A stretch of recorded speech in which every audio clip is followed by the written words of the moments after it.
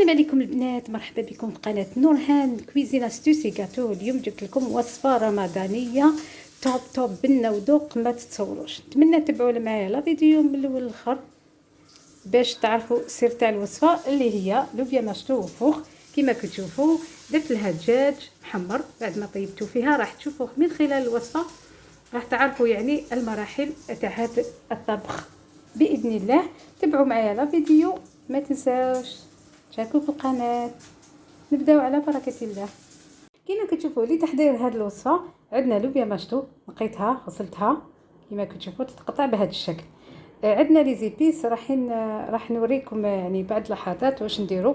لي زيبيس الملح، الكركم، الفلفل الكحل وشويه تاع قزبر. عندنا كما كتشوفوا هديه شيتها يعني تساعد بزاف. سكرفش الثوم، كاين فيها قطعه تاع الثوم وقطعه تاع البصل، حاجه هايله دير غير 36,000 في الواحه.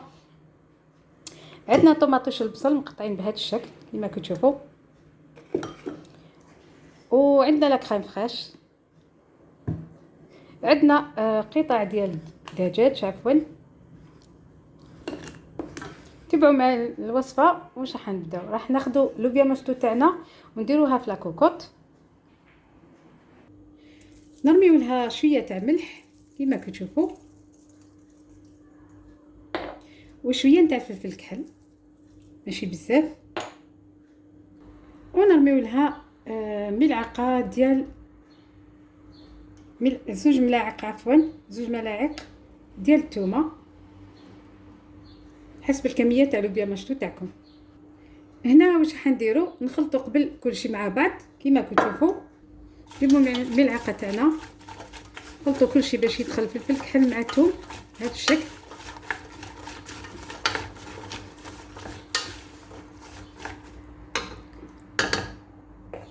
هنايا كما كتشوفوا نرموا الماء تاعنا، نزيدوا شويه هكذا كما كتشوفوا، ونغطوا على الكوكوط تاعنا ونخلوها طيب حتى تتبل. ومن بعد دوكا نكمل لكم باقي الوصفه واش يعني لازم نديروا لها ان شاء الله. هنا باش نحضروا لا ماكينات تاعنا نجيبوا كريم فريش من اولا،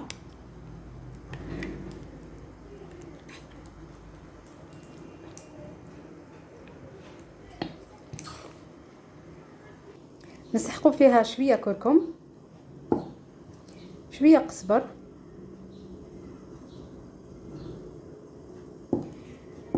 وبطبيعه الحال فلفل اسود، وملعقه ديال الثوم، ونخلطوا كلشي مع بعض.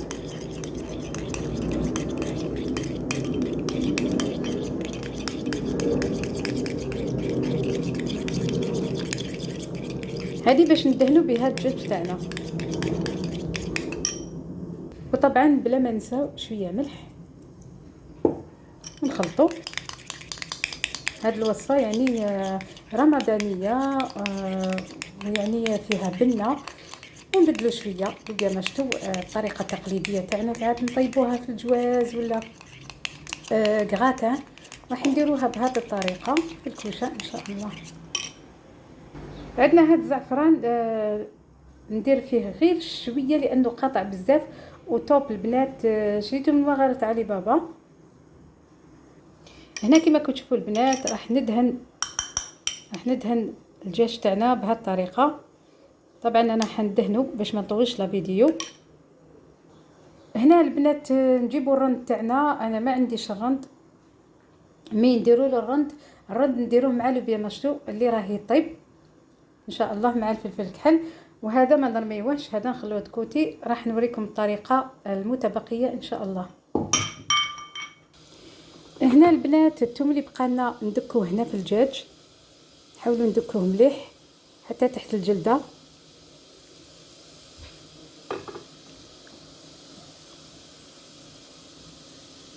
باش يعطي يعني الذوق تاع الثوم. شوفوا لا كولور تاع الزعفران قلت لكم قاطع، ما ديروش بزاف يعني حسب الذوق طبعا ماشي ضروري، ولكن انا نفضل نديرو لانه فيه البنه يعني فيه طعم لا يقاوم.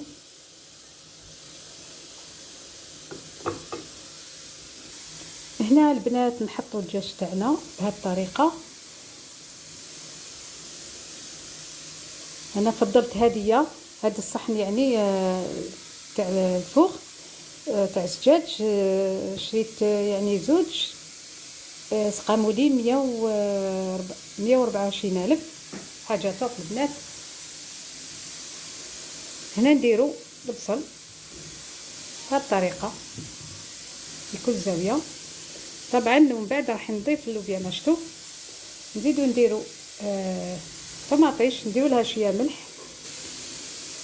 بهذه الطريقه. كل حبه نديرو لها شويه ملح. وطبعا راح تقولوا لي علاه درتو البصل هذا راح يطلق الماء تاعو ويطلق البنه. لا تقاوم، راح تسيو هاد لاغوسات وتحطوا لي في الكومونتير. راح ما تستغناوش منها من لما يخلص رمضان ان شاء الله. نشكو الدجاج تاعنا، راح ما تستغناوش للوصفه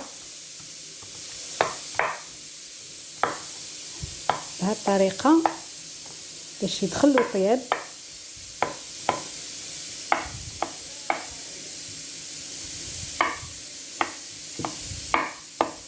هكذا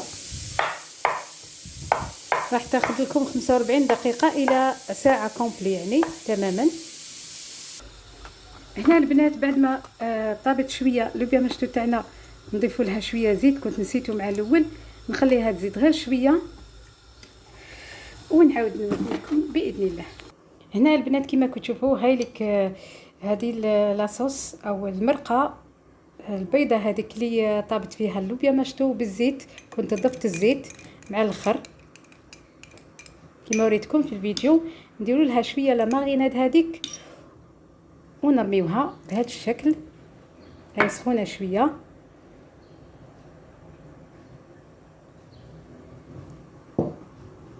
من الاحسن نحكموا غراف ونديروا هذه العمليه هكا حتى نكملوا ماريناد تاعنا. المرقه اللي سبق طابت فيها لوبيا مشطو بهذه الطريقه كملوها كامل. هنا كانت شويه سخونه طاحت لي شويه لوبيا مشطو، معليش ما يضرش. طبعا اللوبيا مشطو راح نديروها في الاخير ونقدموها مع بطه مقليه حسب الذوق. وهنا كما كتشوفوا راح ناخذ الورق تاع الالومنيوم تاعنا والورق تاع الطبخ الطهي نقطعوا بنفس يعني بنفس السطر نفس القياس هكذا.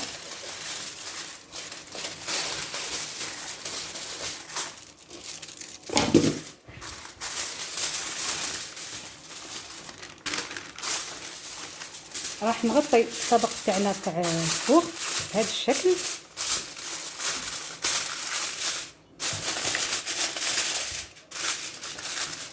ونزيدو نغطوه بالبابي تاعنا بهذا الشكل ونحطوه في الفرن كما قلت لكم 45 دقيقه الى ساعه. ونوريكم الوصفه بطريقه يعني كيفاه طابت باذن الله في الاخير. كما كتشوفوا بعد ما طاب الدجاج تاعنا دخلت اللوبيا مشطو في هذيك المرقه اللي طلقت تاع البصل والطماطيش وسكرفت لها فخوماج غابي. راح نخليه يذوب شويه وتزيد شويه يعني في الفوق ونحطوا الدجاج تاعنا اللي حمرناه في المقله.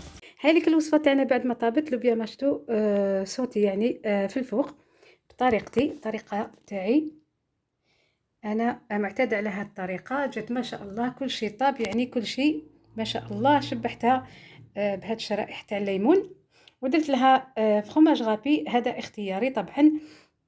وقدمتها بطه مقليه وانتم كيما تحبوا. المهم هذا هو الطبق تاعنا تاع نهار اليوم. نتمنى تكون لاغوسات عجبتكم. ما تنساوش تشاركوا في قناتي مع تفعيل الجرس باش يوصلكم كل ما هو جديد ان شاء الله. نقول لكم تقبل الله صيامكم بمزيد من الاجر والمغفره والثواب. رمضان كريم، كل عام وانتم بخير وصحه فطوركم. تهلاو في روحكم. الى اللقاء في وصفات اخرى رمضانيه باذن الله. سلام.